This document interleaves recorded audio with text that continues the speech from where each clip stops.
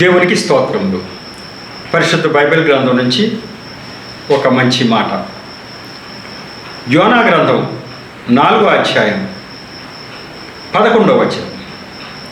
అయితే 120,000 కంటే ఎక్కువై కుడి ఎడమలు ఎరుగని జనమును బహు పశువులను గల నినివే మహాపురం విషయంలో నేను విచారపడవద్దా అని యోనాతో సెలవిచ్చాను.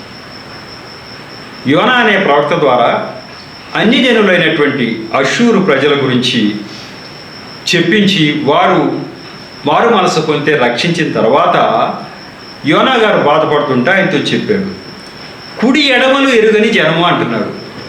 అంటే దేవుడు ఎవరో తెలియని ప్రజలు, అన్యజనులు వాళ్ళు నశించిపోతమే కాక వాళ్ళ పశువులు కూడా నశించిపోతూ ఉన్నాయి. మరి వాళ్ళు నశించిపోతుంటే సృష్టికర్త అయిన నేను విచారపడవద్దా అని అడుగుతున్నాడు.